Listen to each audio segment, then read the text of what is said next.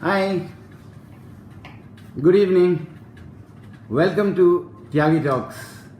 And as the benchmark introduction, I'm त्यागी हूँ, मेरठ का हूँ और खुश हूँ. So this is Amit Tyagi. It gives me immense pleasure today that I have, a very distinguished doctor, a very close friend, brother to me, and I'm very happy that he has agreed to come on the show.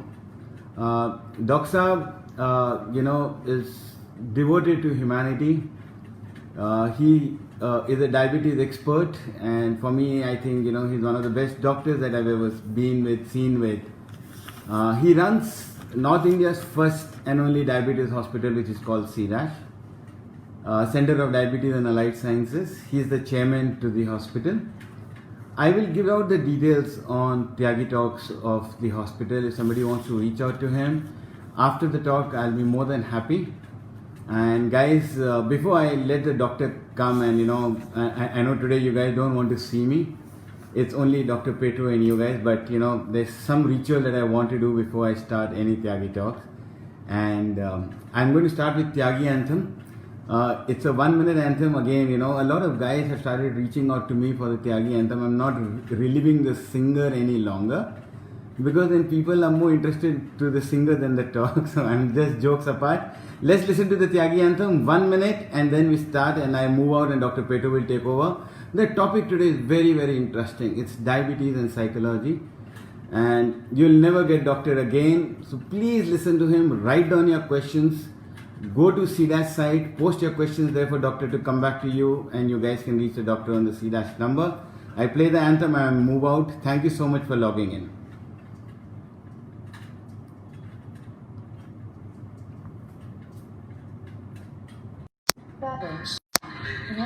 Some die, some lose it and cry. Some love eating chicken fried with Tyagi Talks. Some brood and sigh and afraid to even try. Some wither away and die. But Tyagi Talks. Some walk away with their head held high. Some sit and wonder why. Some look at you and don't say hi. But Tyagi Talks. Some live, Some cry. some lose it and cry. Some love it chicken fried, but Tyagi Talks. And Tyagi Talks.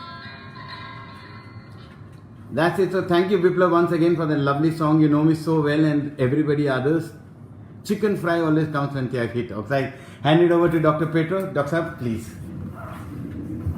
Hi, good evening. As my dear friend introduced to you, I'm really grateful to him. I call him rather Tyagi Talks. I feel terrific young guy with a lot of ambitions and innovations in his mind. So TYAGI. Yeah. So this TYAGI is doing great and it will do great.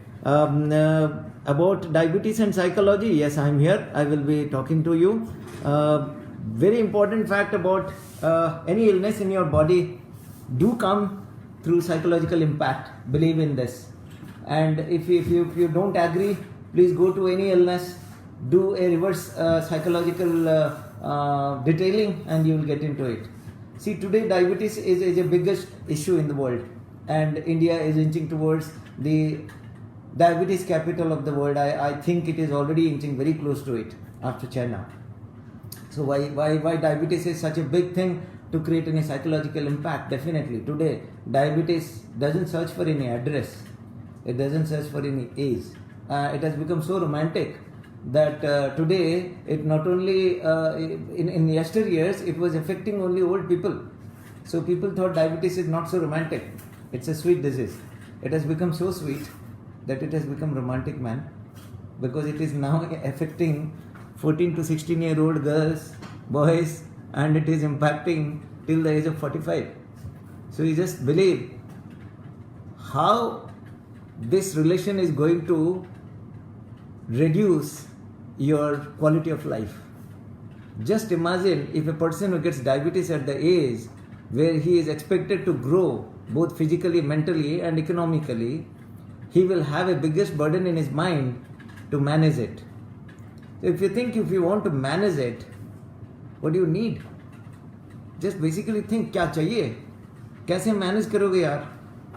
अगर ये diabetes आपको early as में आ जाती है और इसी के साथ आपको जिंदगी भर चलना है, कैसे मैनेज करोगे आप? दो चीजें आ जाती है.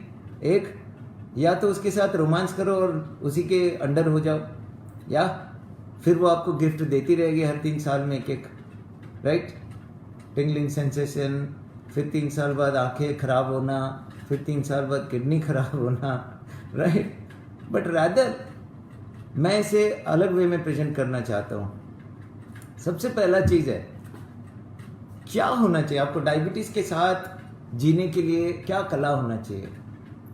कला कुछ भी नहीं दोस्त, सिर्फ एक पत्ता होता है. आपके जो जितने पत्ते हैं लाइफ के, एक पत्ता होता है इन्फेंट, फिर टॉडलर बनते हो, फिर आप एडोलेसेंट बनते हो, फिर एडल्ट बनते हो, फिर मिडिल एज बनते हो, फिर वाइज मैन बनते हो, फिर ओल्ड होते हो. उसमें एक सबसे बड़ी पत्ता ये है आपका विल पावर. और ये विल पावर के ऊपर कोई ठप्पा नहीं लगा होता है कि उसमें कौन सा रंग होता है, कितना पावरफुल होता है, कितना वीक होता है, कितना बड़ा होता है, कितना छोटा होता है. उसमें कोई ठप्पा नहीं लगी होती है. Will power is will power and that will has to come within you. वो विल कोई आपको दे नहीं सकता. सो आपकी साइकोलॉजी अगर आपको पॉजिटिवली लेके जाना है तो आपकी विल पावर ही उसको ड्राइव करेगी. So you should have willingness to tackle this and accept it as a challenge to grow more stronger rather than getting weak. It's simple. आप कोई एक स्पोर्ट्स में जाते हो और आपके सामने हट्टे कट्टे तगड़े फुटबॉल प्लेयर्स खड़े हो जाते हो और एक फुटबॉल टीम में आप हो जो आपको लगता है कि आपकी जांघें कमजोर हैं, आपकी टांगें उनसे कमजोर हैं और आप बहुत पतले हो, तो आप हार गए. आपको याद होना चाहिए कि फुटबॉल टीम में वो प्लेयर सक्सेसफुल होता है, फिटनेस एक पार्ट होती है, लेकिन सक्सेस तो उसे मिलता है जो बॉल को टेक्निकली खेलते खेलते गोल पोस्ट में दाग दे. समझ रहे हैं आप? बॉल को खेलते खेलते गोल पोस्ट में दाग दें. जब दाग देते हैं ना, वही स्टार बनता है. और वो स्टार बनने वाला कोई वो हट्टा खट्टा फिजिकल वाला नहीं होता, आर्ट होता है, विल होता है, and the will to win. So if you want to win your own troubles, like आज डायबिटीज की टॉपिक है, तो आपका विनिंग एटीट्यूड के लिए आपको विल पावर चाहिए. आज मैं डायबिटीज एंड साइकोलॉजी पे बात करता हूँ. कुछ खट्टी, कुछ मीठी, कुछ चीज़ें जो आप डॉक्टर के साथ शेयर नहीं करते हैं और बोलते हैं डॉक्टर साहब मुझे अकेले में आपसे मिलना है, कुछ बात करना है. क्यों? इसलिए क्योंकि आज आपको पता नहीं चल पा रहा है कि राइट रास्ता क्या होता है डायबिटीज मैनेजमेंट का, और इसमें साइकोलॉजी कितनी बड़ी गेम प्ले करती है. Okay, let's begin this way. मेरे पास दिन भर में हर एज के पेशेंट्स आते हैं. छोटा, बड़ा, मध्यम एज, फिर ओल्ड एज होते हैं. हर एज के जो कैटेगरी के पेशेंट्स होते हैं उनकी अपनी अपनी चिंताएं होती हैं, अपनी अपनी लाइफ का मिशन होता है, एम्बिशंस होता है, ऑब्जेक्टिव्स होती है. और obviously economy plays a bigger role in your life, but life is more important than economy. क्योंकि आप जिंदा रहोगे तो आप इकोनॉमी चला पाओगे. इकोनॉमी से लाइफ चलाओगे तो कभी कमजोर भी पड़ सकते हो आप. So at this situation one thing I would like to say, एक स्कूल का बच्चा जब डायबिटिक होकर मेरे पास पहुंचता है तो उसके साथ पेरेंट्स आ जाते हैं, बोलते हैं डॉक्टर साहब इतने छोटे से बच्चा है, इसको डायबिटीज हो गया, अब बताओ मैं जिंदगी भर क्या करूंगा, मेरी जीना बेकार है, इस बच्चे में डायबिटीज आ गया, बताओ इसको गोलियां देने पड़ेंगे, इसको इंसुलिन देने पड़ेंगे. बट हैव यू थॉट कि बच्चे के सामने अगर आप इस तरीके से बोलोगे कि बच्चे को अब जिंदगी भर इंसुलिन लेना पड़ेगा, दवाइयां लेने पड़ेगा, मेरी जिंदगी बेकार हो गई, तो उस बच्चे के ऊपर साइकोलॉजिकल इम्पैक्ट क्या पड़ेगा? उसे पहले ही आपने हरा दिया, राइट? मैं उनको भी बोलता हूँ जो मेरे पास आए और इस तरह बच्चे के सामने बोले, मेरे लिए बहुत बड़ी चैलेंज हो जाता है उस समय पे कि इसे कैसे समझाऊं। इस बच्चे को ऑलरेडी जो डीमोरलाइज्ड हो जाता है साइकोलॉजिकली डायबिटीज़ के नाम से, उसको मैं कैसे समझाऊं। मैं इसीलिए रिक्वेस्ट करना चाहता हूं उन माता पिताओं को या बड़ों को जिनके घर में अगर बच्चा डायबिटीज़ से डायग्नोसिस हो गया है तो पैनिक मत कीजिए, बिल्कुल पैनिक मत कीजिए, क्योंकि wrong psychological impact diabetes management में बहुत डिफ़िकल्टी बहुत ज़्यादा अवरोध पैदा करती हैं। अब उस बच्चे को जब हम इलाज के बारे में समझाएंगे या उसको हम समझाने की कोशिश करेंगे कि आपको इंसुलिन लगेगी, तो वो बच्चा वैसे ही रो रो के बेहोश हो जाएगा और वो बहुत ही प्रॉब्लम क्रिएट करेगा और वो प्रॉब्लम फ्रिक्शन में बदल जाता है। फिर वो आपका ही काम बहुत डिफिकल्ट हो जाता है। फिर वो बच्चों को डेली आपको बताना पड़ता है, बेटा ऐसे नहीं वैसे नहीं। अब वो बच्चा तो ये नहीं बोल सकता कि आपने उसी के सामने बोल दिया कैसे ज़िंदगी जिएंगे, ये बीमारी ज़िंदगी भर चलेगा। ये गलत साइकोलॉजिकल इम्पैक्ट होती है। मैं आज इस चीज़ को ओपनली बोलता हूँ। Thankful to mister Amit Tyagi, my dear friend, कि उन्होंने डायबिटीज़ और साइकोलॉजी के टॉपिक मुझे दिया और मैं हंसते हुए पूछा, दोस्त ये क्या कर रहे हो, मुझे क्यों दे रहे हो। बोले डॉक्टर साहब मेरे पास बहुत लोग बैठते हैं और वो ये बोलते हैं डायबिटीज़ की मैनेजमेंट, डायबिटीज़ का टाइप सब कोई बताता है, गूगल में भी पढ़ लेते हैं, सब किताबों में भी देख लेते हैं, लेकिन एक साइकोलॉजिकल इम्पैक्ट जो डायबिटीज़ पे पड़ती है उसके बारे में कुछ आप बताएं। तो मैं अपनी ज़िंदगी की एक्सपीरियंस बता रहा हूँ आपसे। मैं इसलिए एक बच्चे से शुरू किया। ऐसे बच्चे जब उसके दिमाग में ये इम्पैक्ट आ जाता है कि मेरी बीमारी एक बोझा है मेरे पेरेंट्स के ऊपर, या मेरी एक डायबिटीज़ एक बहुत बड़ी बीमारी है जिसकी इलाज नहीं है शायद, इसलिए मेरे पेरेंट्स बहुत चिंतित हैं, या उसके दिमाग में ऐसा आ जाता है कि डायबिटीज़ हो गया बस मेरी आइडेंटिटी ही खत्म होगी, अब मैं बच्चा नहीं, मैं डायबिटिक बच्चा हो गया हूँ मेरे पेरेंट्स के लिए। क्या गुजरता होगा उस बच्चे में? आप क्या सोचते हो वो बच्चा अपनी स्ट्रेंथ्स को फुलेस्ट एक्सपीरियंस तक यूज़ करेगा? कभी नहीं करेगा। उसके दिमाग में हर वक्त आएगा मैं डायबिटिक हूँ, मैं दौड़ नहीं सकता। उसके अंदर एक मिथ बन जाएगी कि मैं डायबिटिक हूँ, मैं भाग नहीं सकता, मैं डायबिटिक हूँ, मैं कमज़ोर हो जाऊँगा, मैं डायबिटिक हूँ, मुझे इन्फेक्शन हो जाएगा, मैं डायबिटिक हूँ, मेरे को तो घाव हो जाएगा। ये दिमाग में उसको आने लगेंगे। अब वो धीरे धीरे जब बढ़ेगा तो गूगल में डायबिटिक्स की कॉम्प्लिकेशन ज़्यादा पड़ेगा, डायबिटीज़ की रिकवरी नहीं पढ़ सकता वो, क्योंकि एक इंसान का एक बहुत बड़ी टेंडेंसी है जल्दी से नेगेटिव चीज़ें पकड़ता है, पॉजिटिव चीज़ों को नहीं पकड़ता, क्योंकि उसको लगता है पॉजिटिव चीज़ के लिए बहुत मेहनत करना पड़ेगा और नेगेटिव चीज़ आराम से आ जाता है, क्योंकि नेगेटिविटी के लिए कोई मेहनत नहीं करना पड़ता है, क्योंकि बड़े आसानी से मिल जाते हैं। पॉजिटिव चीज़ों के लिए सिखाना पड़ता है, बेटा ऐसे करो ऐसे करो ऐसे करो। जैसे हैंड राइटिंग के लिए करेक्ट करने के लिए हमें होमवर्क दिया जाता था कि इसको इस तरीके से लिखो, इसको इस तरीके से लिखो। पता नहीं 100,000 10,000 बार जब लिखने के बाद एक हैंड राइटिंग बन पाती है पॉजिटिव चीज़, और एक नेगेटिव चीज़ के लिए कितना समय लगता है। एज ए पेरेंट्स, एज बड़े, हमें ये जरूर सोचना चाहिए कि चाहे सोसाइटी में कोई भी बच्चा हो या आपके रिश्तेदारों में कोई हो या आपका बच्चा भी हो, अगर डायबिटीज डायग्नोसिस हो गया, accept it with a smile and tell that कि डरे यार कुछ भी नहीं है ये, you will grow stronger because you will become more discipline.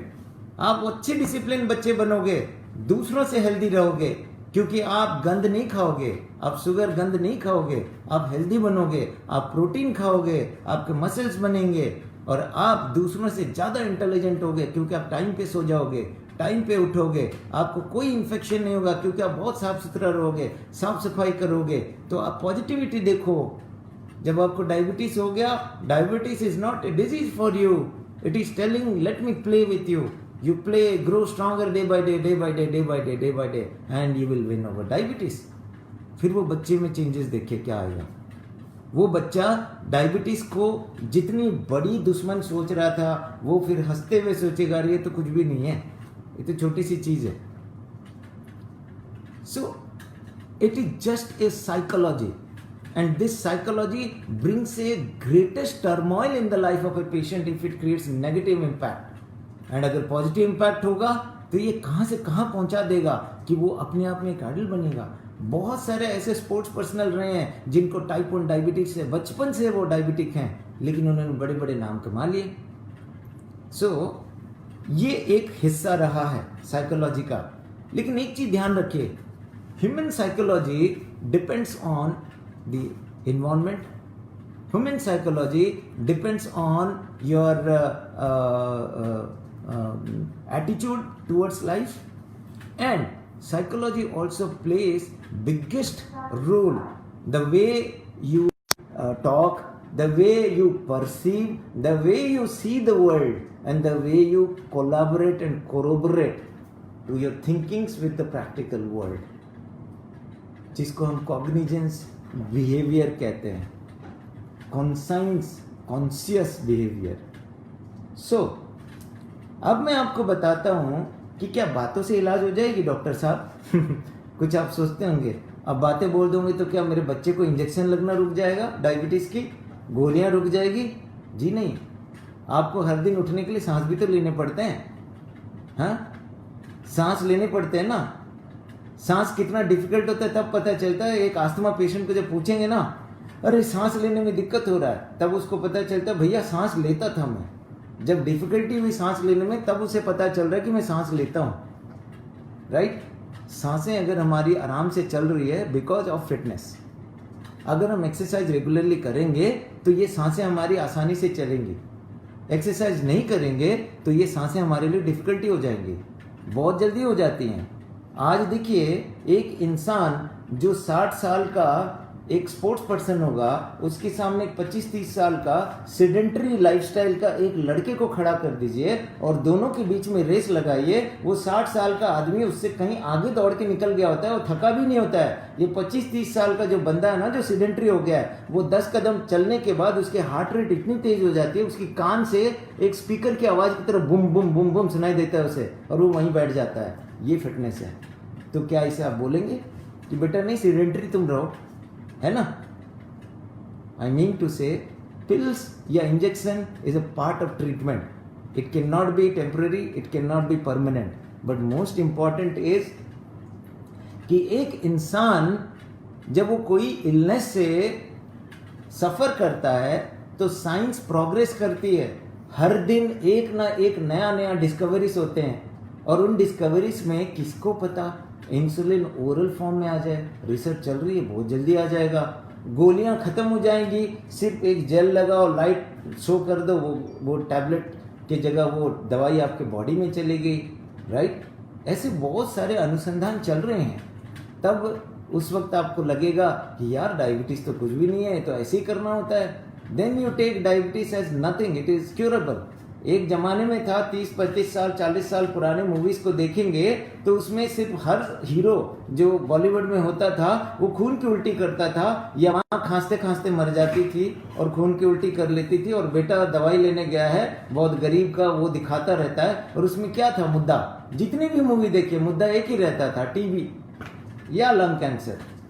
आज टीबी और लंग कैंसर की बात करते हैं तो टीबी तो 100% क्यूरेबल है, और ये 25-30% इमेजिन ही नहीं कर सकते 25-30 साल पहले की टीबी इतनी अच्छी सी इलाज हो जाती है घर बैठे। पहले तो सैनिटोरियम में छोड़ देते थे, कम से कम सुखों की जिंदगी से मर जाए। आज होता है, आज सोसाइटी में घूमते हैं, इलाज करते हुए घर पे रहते हैं। So please take diabetes as positive. Okay, so my request of telling you is psychology plays a biggest role my dear friend. आप कभी भी किसी चीज से मत डरो। हर बीमारी का इलाज है, चाहे नेचुरल हो चाहे मेडिकल हो। हाँ, नेचुरल इलाज जरूर करिएगा, एक पूरी तहकीकात करते हुए, साइंटिफिकली एक एक चीज को समझते हुए उस इलाज को एक्सेप्ट कीजिएगा। वो बहुत ही ज़्यादा फायदेमंद होती है। अगर आप कोई चीज़ नेचुरल के नाम से लेते हो और वो एक क्रूड फॉर्म ऑफ इलाज कर लेते हो तो उसकी अपनी साइड इफेक्ट्स होती हैं। तो आप मत भागिए, आपकी जिम्मेवारी है awareness. You get aware of the illness first, you know, you should know ABCDEFGH, ये सारे चीज़ों को आप अवेयर हो जाओ डायबिटीज़ के, तो आपको इतनी आसानी होगी उसको समझने में, फिर वो इलाज बहुत आसान हो जाएगा। आज मैं आपसे इसलिए कह रहा हूँ कि कोई बच्चे के डायबिटीज़ के बारे में कोई नहीं कहता। जितने सारे चैनल्स हैं, मीडिया है, कोई भी है, एक टाइप 1 डायबिटीज़ बच्चे में होता है तो कितनी बड़ी जिम्मेवारी होती है पेरेंट्स के, स्कूल के, टीचर्स के, सोसाइटी का। जिस सोसाइटी में एक टाइप 1 डायबिटीज बच्चा खेल रहा होगा वो बेहोश होकर रोड पे गिर सकता है। क्या हम इतने अवेयर हैं? आज मैं साइकोलॉजी की बात कर रहा हूं, जी हाँ, साइकोलॉजी की, क्योंकि हम क्या साइक पकड़ के चलते हैं एक बच्चे के प्रति। एक जब एडल्ट होता है उसे पता होता है उसको क्या हो रहा है, वो बता देता है, लेकिन एक बच्चा कैसे बोलेगा? कम से कम उसे सपोर्ट कीजिए, उसे प्यार से सपोर्ट कीजिए, उसे पूरी तरह से कहिए कि diabetes is nothing, diabetes is nothing my child, it is just a part of life to make you more stronger, grow stronger, you will shine. और उसे एग्जाम्पल दीजिए, जो लोग बड़े बड़े नाम कमाए टाइप 1 डायबिटीज के बाद भी, उनको वो ऑटोबायोग्राफी पढ़वाइए उस बच्चे को, तो उसे उतना ज्यादा असर नहीं देगा। Let's not make a negative psychic impact into the kid who is suffering from diabetes, because everybody will age one day. बच्चा भी कल बड़ा होगा, बड़ा होकर बुढ़ा होगा। जो एजिंग के साथ कॉम्प्लिकेशंस आता है वो डायबिटीज में थोड़ा जल्दी आ जाएगा, लेकिन कम से कम उस बच्चे को तो ये ना लगे कि मैं इसी तरह से हो गया, अब लाइफ की उम्मीद ही छोड़ दिया, अब वो कॉम्प्लिकेशन से जी रहा है, राइट? तो आज मैं टाइप 1 डायबिटीज और साइकोलॉजी के बारे में इतना ही कहूंगा कि psychologically parents has to boost the kid. School teachers, they have a biggest role in taking care of kid. Please take care of that kid जो टाइप 1 डायबिटिक है, उसका आप इंस्पायर कीजिए, देखिए कि टाइमली खाना खाता है, नहीं खाता है, खाने के प्रति उसकी एटीट्यूड क्या है, हाइपोग्लाइसेमिया तो नहीं हो रहा है, शुगर तो नहीं गिर रही है, या वो डर रहा है कि स्पोर्ट्स में नहीं जा पा रहा है, उसको प्रमोट कीजिए, जाओ खेलो, कुछ नहीं होगा, वी आर हियर, रादर उसको डराओ मत। So it needs a masterly observations, it needs a great support.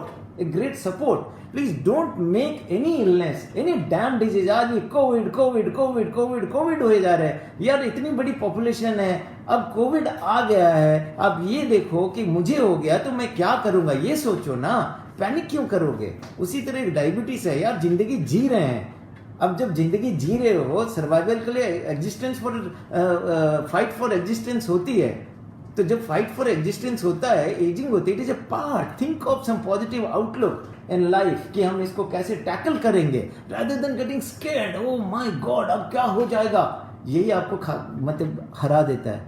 एक सिंपल से negative psychology will kill the game. ज्यादा बोल दिया मैंने। Okay, now coming back to बच्चे से एक चुलबुला उम्र होती है, मस्ती करना। अब वो एक एज होता है 12 साल के 16 साल की उम्र के जो बच्चे होते हैं, उनके अपने अपने आइडल होते हैं। मैं मिस इंडिया, मिस वर्ल्ड बनूंगी, या मैं बॉलीवुड की हीरोइन बनूंगी, या हॉलीवुड जाऊंगी, या तो साइंटिस्ट बनूंगी, या डॉक्टर बनूंगी। और लड़का सोचता है मैं बहुत बड़ा मसल बनाऊं, मैं अच्छे सा दिखूं। अब उसमें सोचिए डायबिटीज होता है, तो उनमें क्या साइकोलॉजिकल इम्पैक्ट होता होगा। एज ए डॉक्टर मैं देखा हूँ, उनकी बॉडी लैंग्वेज देखता हूँ मैं, वो बच्चे इतने कॉन्शियस हो जाते हैं कि वो आके मेरे सामने बैठते हुए उनके हाथ पांव हिलती है, या वो फोल्ड कर लेते हैं, या विथड्रॉल में रहते हैं, ऐसे इतने विथड्रॉल में रहते हैं। और वो जैसे विथड्रॉल इफेक्ट में जाते हैं, उनको एक ही चीज याद आता है, अरे यार मुझे डायबिटिक है, डॉक्टर को क्यों बोल रहे हो डायबिटीज है ना। वो अपने पेरेंट्स के ऊपर चिढ़ने लगते हैं। अब पेरेंट्स बोलते हैं डॉक्टर साहब इसको बताओ, मीठे खाया जाता है, और ये पूरे जितने बार भी बोलते हैं फास्ट फूड खाए जाते हैं, ये लोग चॉकलेट खाते हैं, आइसक्रीम खाते हैं। और वहां बच्चा बोलता है अरे चुप हो जाओ ना यार, मैंने कब खाया था, वो तो चाचू आए थे, एक चॉकलेट खाई थी मैंने संडे के दिन, आज हो गया सैटरडे, एक वीक हो गया, आप बोले जा रहे हो। अब वो बच्चा क्या होता है, बच्चे को पेरेंट्स बोलते हैं ये डिसिप्लिन नहीं है, और बच्चा बोलता है पेरेंट्स मुझे मेरी मॉनिटरिंग ठीक से नहीं कर रहे हैं। तो इसमें क्या प्रॉब्लम है? प्रॉब्लम ये है कि याद रखिए, जो बच्चा 10 से 12 साल की उम्र से 18 साल का होता है ना, वो रिबेलियन होता है, वो बिल्कुल रिबेलियन होता है, क्योंकि उसमें एक आइडेंटिटी क्राइसिस आती है, उसके अंदर एक साइकोलॉजिकल चेंजेस आते हैं। क्योंकि आज मैं डायबिटीज और साइकोलॉजी के बारे में बोल रहा हूँ, तो मैं इसीलिए इस चीज को मैं स्टिक करता हूँ अब मैं आपको बताता हूँ उस बच्चे में क्या साइकोलॉजी होगा। एक लड़का होगा तो उसको एक लगता है कि I should be looking very good, मेरे धीरे धीरे मोचे आ रहे हैं, अब मैं हैंडसम दिख रहा हूँ, मुझे लड़कियां अच्छे से देखें या मेरी अटेंशन अच्छा सा हो। और थोड़ा सा कब जाता है मिरर पे बनाता है और वो थोड़े से बाल बनाता है। अब उसको ला के जो अपने आप को मन में आइडियली बना चुका है कि वो हीरो है, और एक डॉक्टर के सामने उसको आप उतार रहे हो कि चॉकलेट खाता है, फास्ट फूड खाता है, ये खाता है, वो खाता है, तो उसको लगता है मुझे इंसल्ट कर रहे हैं राइट। तो ऐसे सिचुएशन में वो आपको कोऑपरेट नहीं करेगा और वो एग्जैक्टली अपोजिट करेगा, जानबूझ के करेगा वो अपोजिट, क्योंकि उसको लगता है मेरी इज्जत नहीं होती है, क्योंकि उनको एक आइडेंटिटी आ जाता है, एक आइडेंटिटी क्राइसिस आता है। उनको लगता है मुझे सर क्यों नहीं बोला जा रहा है, राइट। सो उसी तरह से बच्चियां होती हैं, उनको लगता है कि आई शुड लुक गुड। अब किसी को डायबिटीज है तो पिंपल्स बड़े बड़े हो जाते हैं या घाव बनते हैं शरीर में, तो उनको किस तरह से प्रेजेंट करना चाहिए ये मैं बता रहा हूँ। कभी भी आप अपने डायबिटिक बच्चे को जो 10 साल के 18 साल का उम्र में है, उसको एक आइडेंटिटी होता है, वो एक प्राइवेसी तलाशता है, क्योंकि बहुत सारी चीज़ें उसके दिमाग में गुदगुदियाँ होती है, वो गुदगुदी आपसे शेयर नहीं कर पाएगा, ठीक है, क्योंकि वो शरारती वाली गुदगुदियाँ होती हैं और मुंगेरी लाल के हसीन सपने होते हैं दिमाग में। और उसके अलावा उनके माइंड में होता है कि मैं एक इंजीनियर बनूंगा तो मैं पहुंच जाऊंगा स्पेस में, या मैं डॉक्टर बनूंगा तो बहुत बड़ी बड़ी लग्जरी गाड़ी में घूमूंगा। वो एक ड्रीम होता है उनमें, और वो गलत नहीं है, they are into a dream world. और वो ड्रीम वर्ल्ड में रहने वाले आपकी रियलिटी वर्ल्ड को इतने जल्दी समझ नहीं पाएंगे, कोशिश करिएगा भी नहीं समझेंगे। वो कोशिश करेंगे तो वो किसी गाड़ी के पीछे छुपते हुए सिगरेट मारते हुए नजर आएंगे या कोई पानी पीते नजर आएंगे। तो समझने के लिए बहुत कॉशियस होना पड़ेगा, क्योंकि वो एक ड्रीम वर्ल्ड में रहते हैं और आप एक रियल वर्ल्ड में रहते हो। तो आप रियलिटी को उसके सामने जब प्रेजेंट करते हैं तो आप ज़्यादा स्ट्रिक्ट भी ना हो और ज़्यादा उसे ढील भी ना दें, बीचों बीच के रखें, उसके साथ डेली इंटरेक्शन करते रहें। एक पॉजिटिव एटीट्यूड में, प्रोग्रेसिव एटीट्यूड में आप उससे इंटरेक्शन करते रहें। उसके बारे में आप ना पूछे शुगर कितना था, ये पूछेंगे वो बताएगा नहीं, क्योंकि उसने उस वक्त अगर आम खा चुका है या कोई चॉकलेट खा चुका है, तो आप शुगर के बारे में पूछोगे तो उसको ऐसे लगेगा आपने देख लिया चॉकलेट खाते हुए या आम खाते हुए, फिर वो आपको बोलेगा नहीं, फिर वो आपसे विद्रोह करेगा। तो आप क्या करोगे?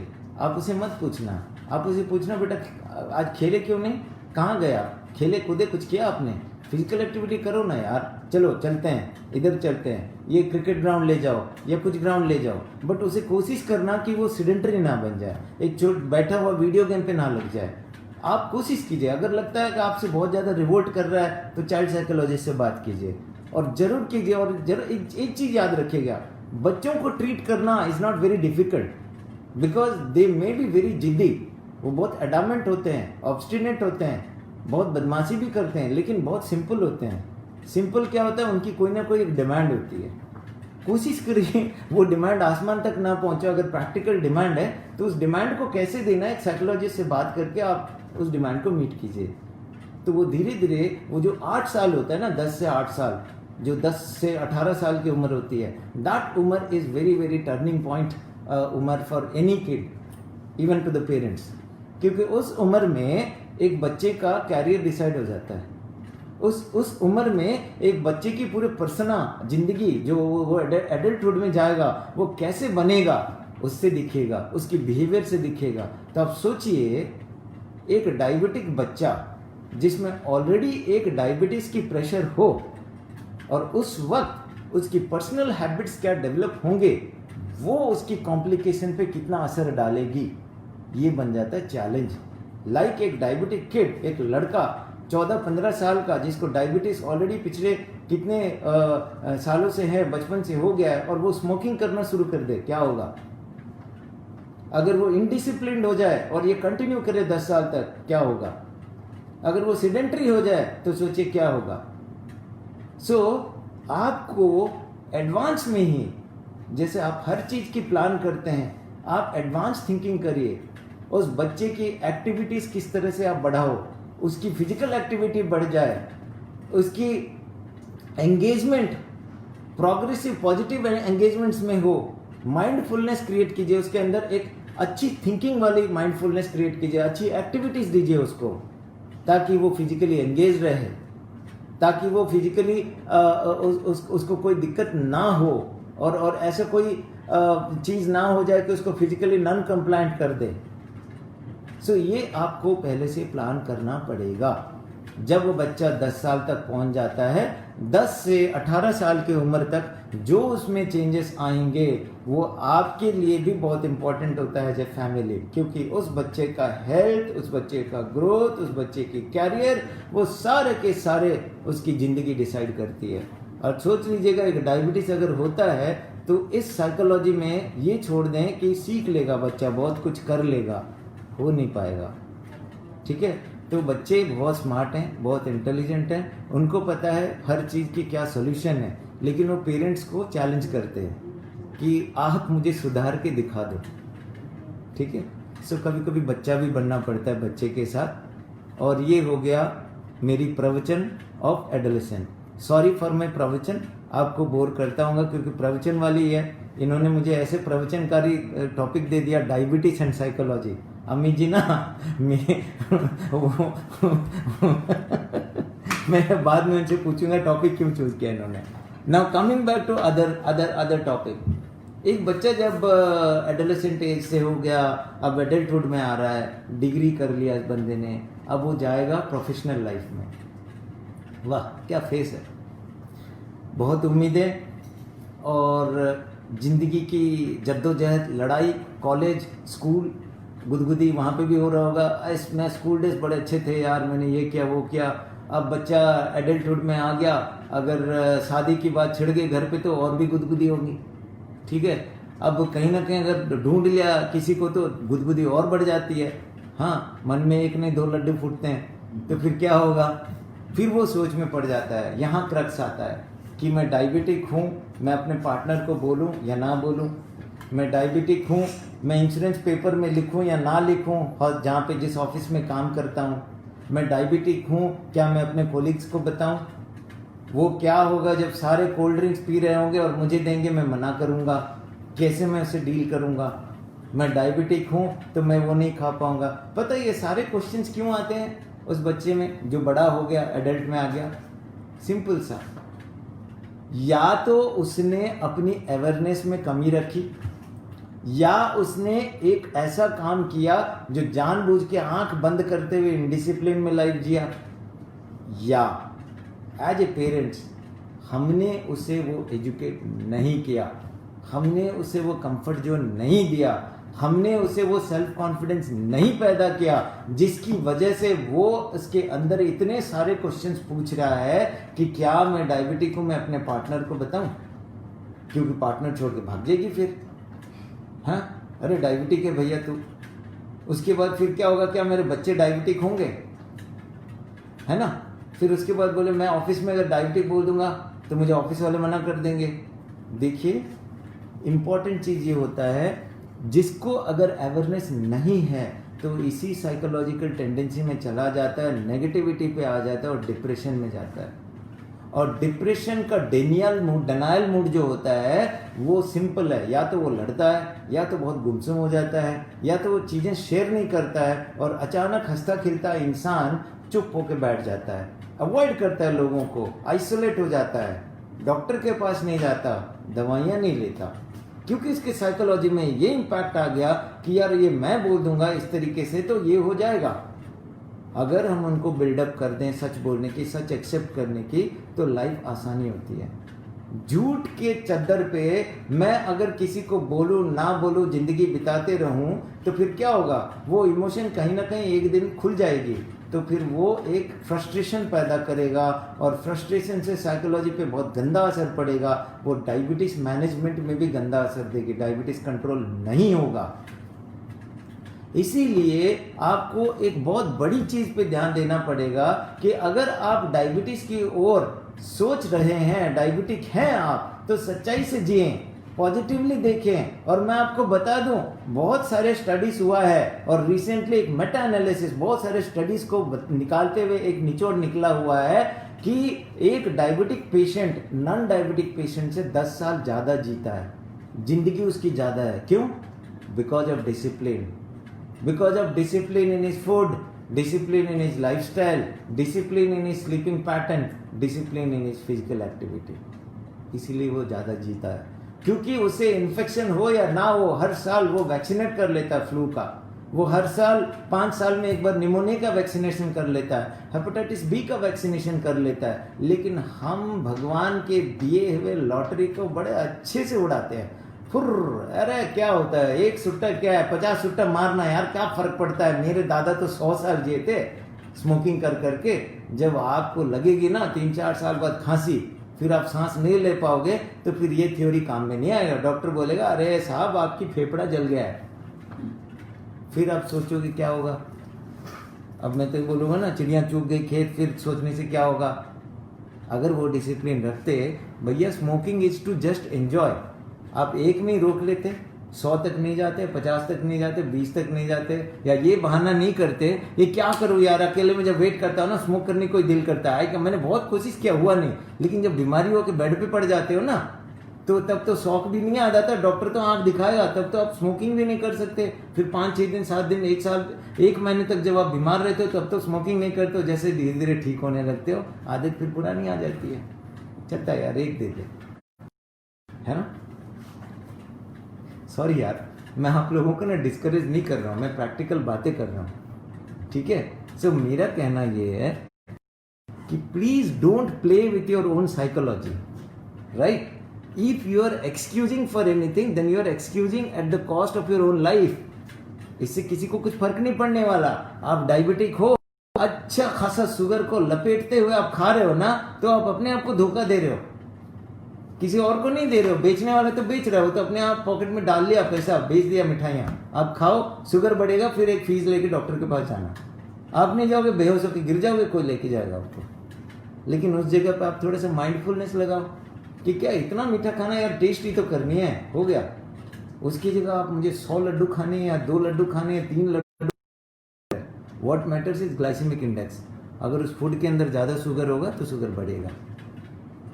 अब मैं आ जाता हूँ, ये एडल्टहुड जब ऑफिस में ज्वाइन करते हैं, इनमें बहुत सारी चीज़ें होते हैं। एक उत्साह होता है, डिग्री फिनिश हो गया, अब वो सोचते हैं कि यार मैं ना अपनी ज़िंदगी के 10 साल ये सोच रहा हूँ कि I will maintain a big good balance and I will have all the brands that I thought I will put on. मैं शर्ट्स उस ब्रांड की पहनूंगा, मैं ट्राउजर्स इसका लाऊंगा, मैं जूते मेरे ये होंगे, माई ड्रीम कार। सबके अपने अपने ड्रीम कार होते हैं, मेरे ड्रीम कार आएगी, ये आएगी, बहुत बढ़िया। लेकिन बंदों, मेरे प्यारे बंदे या बंदियाँ, बंदों जो भी हो, आप एक चीज़ सोचो, यूथ आप लोगों को कह रहा हूँ, कमाओगे तब ना जब डिसिप्लिन से हेल्थ मनाओगे। हाँ, आपकी हेल्थ रहेगी तभी तो कमाओगे, ड्रीम कार लोगे। कमाते वक्त ये ध्यान जरूर रखना कि आपकी डिसिप्लिन आपको स्वस्थ रखेगी, आपकी शुगर के कंट्रोल रखेगी, तो ही आप लंबे दौर पे अपनी सपनों को पूरा कर सकते हो। और इस दौरान अपनी जो कुछ भी करना है, चाहे स्मोकिंग, चाहे अल्कोहल, चाहे एक बार आप मिठाई खा लिए या एक बार फास्ट फूड खा लीजिए, okay it's fine, you do it, but don't make it a habit. अगर आपने खा लिया तो एक्सरसाइज करके जलाइए। So my point of telling you, my dear youth, is you are the powerful part of society. You will bring lot of changes in this world because you are the future. ये हम नहीं, नेता लोगों से लेके अभिनेता से लेके भगवान के बैठने वाला पुजारी भी बोल देता है आपकी भाग्य में ये लिखा हुआ है, आप बहुत बड़े आदमी बनने वाले हो। लेकिन भाई बड़े तो तभी बनोगे ना जब अपने आप को बड़ा करो। आई मीन टू से अपने आप को बड़ा करो। जैसे माँ बाप ने आपको बड़ा किया है ना, अब आपकी जिम्मेवारी है, अभी आपकी जिम्मेवारी, आप एडल्ट हो, आप अपने आप को पालो पोसो और बड़ा करो, तो ही आप बड़े हो पाओगे। ठीक है, अब हो गया मेरा लेक्चर। आपको अच्छा लगे ना लगे, सच तो यही बोलूँगा, है ना। दोबारा फिर मेरा चेहरा नहीं देखोगे, ये कौन आ गया फिर से भाषण मारेगा, है ना। चलो कोई बात नहीं, आपकी भलाई हो इसमें, इसलिए मैं कह रहा हूँ live a life of youth यार, don't make any excuse, enjoy करो एंजॉय, लेकिन अपनी हेल्थ पे ध्यान रखना, मज़ा आएगा। अब आगे मिडिल एज जिसमें मैं भी हूँ, है ना। अरे बच्चों की स्कूल की फीस देना है यार, वो वहाँ पे ना ऑफिस में टारगेट्स हो गए। अब क्या करूँ यार, बहुत टारगेट्स दे रखे हैं बॉस को, मैं तो कभी मना नहीं कर सकता। और फिर उसके बाद मैं बोलूँगा कि क्या क्या कहाँ जाना है यार, बिजनेस डाउन हो रही है, अब प्रेशर बहुत बढ़ गया है, हाँ घर देर देर से जा रहा हूँ, अब मैं क्या करूँ? चलिए मैं आपको बता देता हूँ। कर तो बहुत कुछ रहे हो यार, कर तो बहुत कुछ रहे हो। बचपन से बड़े हो गए, ठीक है, कैसे हो गए? मम्मी पापा, पढ़ाई लिखाई, फिर एडल्टहुड में प्रोफेशनल लाइफ में आगे डिग्रियां लिखे, है ना। अब आप इतनी दूर आ चुके हो, क्या ऐसे आगे? बहुत कुछ करके। और वो बहुत कुछ क्या था? आपकी खुद की मेहनत, आपकी खुद की विल पावर, आपके अंदर एक ईमानदार, वाइज और सुपरमैन जो बसा हुआ है, वो आपको लेके आया यहाँ तक। वो कौन है? आपकी खुद की साइकोलॉजी, आपका खुद का स्पिरिट, आपकी खुद की अंदर का एक विल पावर आपको यहाँ तक लेके आया। तो आप किससे सलाह मांग रहे हो? यार मैं क्या करूँ यार, ऐसे है वैसे है। आपको कौन सलाह देगा? जो टीवी में ऐड देता है, काढ़ा पी लो, हाँ वो हनी पी लो, हनी या ग्रीन टी पी लो, उससे कुछ नहीं होने वाला। जो होगा वो आपके डिसिप्लिन से होगा। आपका डिसिप्लिन बहुत इंपॉर्टेंट चीज है। सबसे पहला आपका पॉजिटिव एटीट्यूड रहना जरूरी है, सबसे पहला। क्योंकि आप मिडिल एज में एक ऐसे पड़ाव में आ चुके हो कि सोसाइटी भी आपको ऐसे देख रहा है, आपके माता पिता भी ऐसे देख रहे हैं, आपके दोस्त यार भी ऐसे देख रहे हैं। अगर अच्छे दोस्त हैं तो वाह क्या ग्रो कर रहा है, और जो अच्छे नहीं है वो बोले यार ये कैसे बढ़ गया, मेरे देखते देखते भी इतना ऊपर बढ़ गया। मैं साइकोलॉजी की बात कर रहा हूँ, मैं डायबिटिक और साइकोलॉजी मेरी है, मैं इसलिए याद दिला रहा हूँ। आप सोच रहे हो कि डॉक्टर क्या फालतू बातें कर रहा है, ये साइकोलॉजी की बात हो रही है। सोसाइटी में वैरायटी ऑफ एटीट्यूड रहता है आपके प्रति, क्योंकि आप मिडिल एज हो। आप चलते हो तो लोग देखते हैं कौन सा जूता पहना हुआ है, कौन सी ब्रांड की जीन्स पहना है, कौन सा शर्ट पहना है, थैंक्स टू कोविड ये हटा दिया, कौन सी गाड़ी चला रहा है, थैंक्स टू कोविड वो भी हटा दिया, ठीक है। अगले पार्टी में क्या पहनेगा, थैंक्स टू कोविड ये भी हटा दिया। कितना लाइफ सिंपलिसिटी हो गया। मैं तो बहुत खुश हूँ, लाइफ सिंपल हो गया। कोविड से बच जाएंगे, कोविड निकल जाएगा, लेकिन हमें आदतें अच्छी करनी पड़ेगी to live a life, truthful life, आपकी आइडेंटिटी। और मैं आपको बताता हूँ, पॉजिटिव एटीट्यूड रखिए, अपने आप पे भरोसा कीजिए, अपने बीमारी से मत हारिए। आपकी बीमारी आप ही के साथ रहेगी। आप मर गए तो अपने आप जाएगी, छोड़ेगी नहीं, लेकिन ये आपको भगा भगा के मारेगी जब इसके साथ आप डर जाओगे। एक पॉजिटिव एटीट्यूड रखो, ऐसा पॉजिटिव एटीट्यूड कि ये बीमारी आपके पॉकेट के एक छोटी सी साइज की हो जाए, जो आपकी दिमाग के अंदर इतनी जगह ना ले ये, और वो आएगा विद पॉजिटिव एटीट्यूड। और वो पॉजिटिव एटीट्यूड क्या है कि पॉजिटिव आउटलुक रखना है। एक पॉजिटिव आउटलुक के लिए पॉजिटिव हेल्थ की ओर सोचिए, इमोशनल खुश होके होइए, रोने के लिए नहीं। रोइए मत, मेरे को डायबिटीज हो गया, मेरे पाँव झंझनाहट हो रहा है, मेरे हाथ खराब हो गया, मेरे आंख खराब हो गई। रो मत यार, उससे कुछ नहीं होने वाला। Fight back, fight back. आप जिंदा हो ये बहुत है, आप जिंदा हो ये बहुत है, बहुत एनर्जी है आप में। आप जिंदा हो क्योंकि आप अपने आप को जीने के लिए हिम्मत दिया है। ये आप अपने आप को बोलो और खुश हो जाओ, क्योंकि आप शेर हो, जिंदा हो, लड़के निकले हो। हर दिन हर घड़ी लड़ाई होती है, उस लड़ाई की जीत में आप एक बहुत बड़े योद्धा हो। जियो, खुश होके जियो।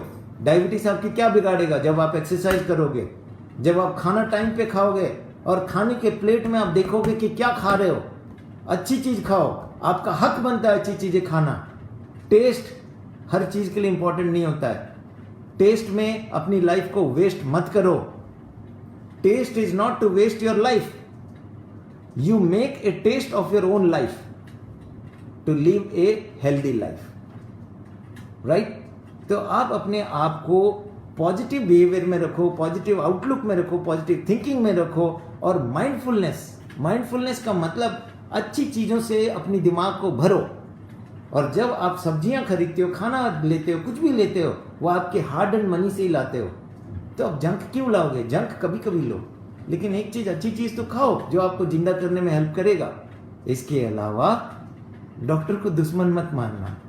सॉरी, डॉक्टर को दुश्मन मानोगे तो वो आपकी बीमारी दूर नहीं जाएगी। डॉक्टर से दोस्ती करो, पूछो उसे, वो नहीं समझा पा रहा है दूसरे से करो, दूसरे डॉक्टर से पूछो, लेकिन समझो। समझने की कोशिश करो, और कोशिश करो क्योंकि वो साइंटिफिक नॉलेज रखता है, ठीक है। नहीं तो मेरे जैसे वेले डॉक्टर को पूछ लो, कोई दिक्कत नहीं, मैं बता दूंगा। इंपॉर्टेंट होता है समझो अपनी बीमारी को। जब अपनी बीमारी को समझोगे ना तो इलाज आसान होता है। इलाज डॉक्टर नहीं करता है, खुद करते हो आप। डॉक्टर दवाई लिख देता है, टाइम बता देता है खाने के लिए, उसको पता है ये इम्पैक्ट देगा, इससे आपको शुगर हो जाएगा, लेकिन इलाज तो यार तुम ही करते हो। डॉक्टर के चैम्बर में 5 या 10 मिनट रहते हो, इससे ज्यादा नहीं। इलाज आप खुद ब खुद करते हो आप, right. Coming back to other thing, जो चीज आपके हाथ में है, सोना है तो आपको आराम से सोना चाहिए।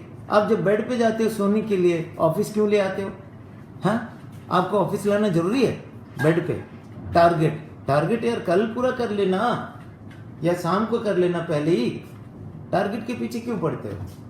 टारगेट कर लो। घर पे बेड पे ऑफिस में मत लाना। और बेड पे ऑफिस नहीं आनी चाहिए, वो आपका पर्सनल टाइम है। एंजॉय योर पर्सनल टाइम यार। जब आप सोचो आप हेल्दी रहते हो, मस्ती करते हो, आप एक थक के एकदम माइंड को जीरो करके सोओगे, अच्छा लगेगा? या बीमार पड़ के जबरदस्ती का बेड में थोप दे, अच्छा लगेगा? नहीं लगेगा ना। आपको अच्छा नहीं लगता होगा मैं ऐसे बातें कर रहा हूँ, है ना।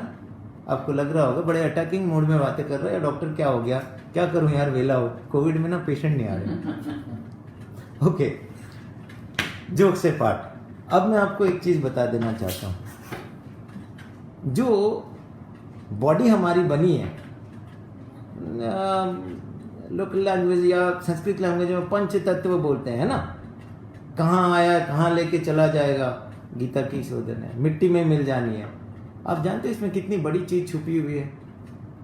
आपकी बॉडी पानी मांगता है, जब प्यास लगे ना तो प्लीज पानी पीना, कोल्ड ड्रिंक्स नहीं, ठीक है, आर्टिफिशियल चीजें नहीं। जब प्यास लगी पानी पियो ना यार, बियर की जगह। कभी कभी चलता है, जब गोवा में जाते हो या कहीं पे भी, पानी पियो, ठीक है। भूख लगी तो यार तली हुई चीजें, गंद तेल से मरा हुआ और एकदम पूरे वो मैदा से बनी हुई चीजें कहाँ अंड संड डाल के डालते हो, उससे भूख मिटाते हो। आपको भूख लगी ना यार, हेल्दी चीजें चाहिए। भगवान ने बहुत चीजें बना रखा है, घर से भी आ जाती है। हेल्दी चीजें खाओ। कभी कभार चलता है जंक, बट आप हेल्दी चीजें खाओ। पता है सबसे बड़ा गुलाम करने के लिए आपको कौन है? ओ मैं प्रवचन नहीं दे रहा हूँ, लिखा हुआ है किताबों में जी। एक बार इसको आदत दे दिए ना, इसी टेस्ट की खाना खाना है, तो खाते ही रहोगे आप। या तो इसमें फंस जाओ और कर लो स्वाहा, या तो इसको जीत जाओ और कर लो मैं हूं बड़ा विनर। ये चीजें आपको डिसाइड करनी पड़ेगी। So I mean to say, please put your thought, think before you eat, think before you eat, and when you are going to bed please don't take any nonsense. एक flight में less luggage के साथ जो travel करने की मजा है ना, किसी में भी नहीं है। वो आप बैगेजेस के लिए वेट करते रहो वहां पे, फिर वो बैग को पकड़ के बाहर जाओ। यार छोटी सी लाइट रखो, निकालो निकलो फटाफट, सारे काम हो जाते हैं। उसी तरह जिंदगी में लाइट रहने की कोशिश करो। आई मीन टू से, जब बेड पे जाते हो ना, लगेज कम रखो। जब लगेज कम लेके बेड पे जाओगे तो नींद बहुत बढ़िया आता है। फ्लाइट बड़ी अच्छी चलती है, बहुत अच्छा, बड़ी बड़ी अच्छी अच्छी नींद सपने आते हैं, राइट। और जब पूरा रेस्ट कर लिए ना, सुबह जब उठते हो तो 10 बहाने आते हैं। अरे यार नींद नहीं आए, थोड़े 1-2 घंटे सो जाऊं, है ना। चलो अभी तो जल्दी नहीं हुआ, सो जाता हूँ, थोड़े सो के उठता हूँ। सो के उठ जाते हो, तब आपको मन बोलता है यार तूने एक्सरसाइज नहीं किया। अरे यार कल तो सोया नहीं था, मैं सोचा 2 घंटे सो लूँ, कल एक्सरसाइज कर लूँगा। फिर कल आ जाती है। कल फिर जब आती है, मैंने सोचा था 10 बजे नींद आ जाती, मैं 5 बजे उठ के एक्सरसाइज कर लूँ, लेकिन 10 बजे नींद नहीं आया, 12 बजे आए, इसलिए मैं 7 बजे उठा। मैं सोचता हूँ और कल को शिफ्ट करता हूँ। ये पोस्टपोनिंग होते रहेगा। और आपको तो पता होगा, यूट्यूब में बड़ी पॉपुलर हुई थी, अक्षय कुमार ने जो इसके बारे में निकाला था, एक्सरसाइज ना करने के बहाने कितने हैं। In one line boss, health is yours, it needs exercise, it needs care.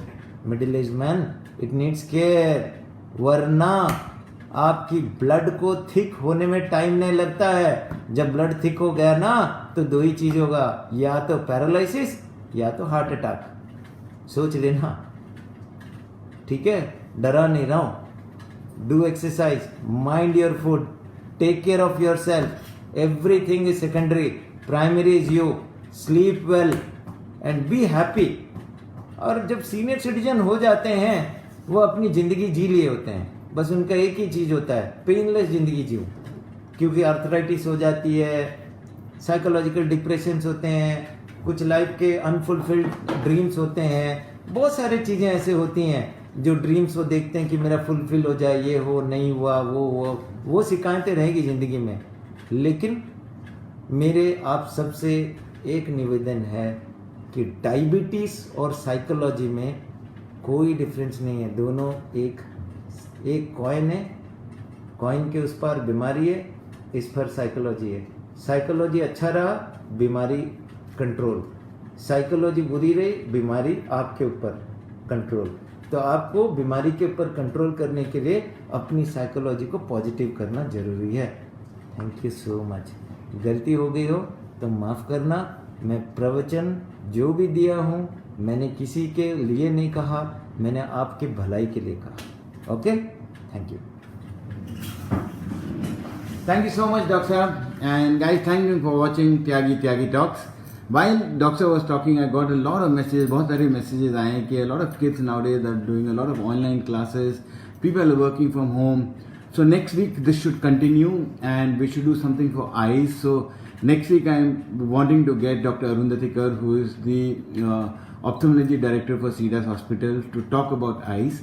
I will put out a message tomorrow. I will look at his schedule and get back. But thank you for watching Tyagi Talks. Thank you so much, Dr. Saab. I think Dr. Petu said some amazing things, and I've been listening to him for quite some time. But what he said today is so new, so nice. Please follow it. And as he said, psychology and diabetes are two sides. Please manage your psychology. All the illness will be taken care of. So thank you for watching. Stay cool. Stay happy. Bye.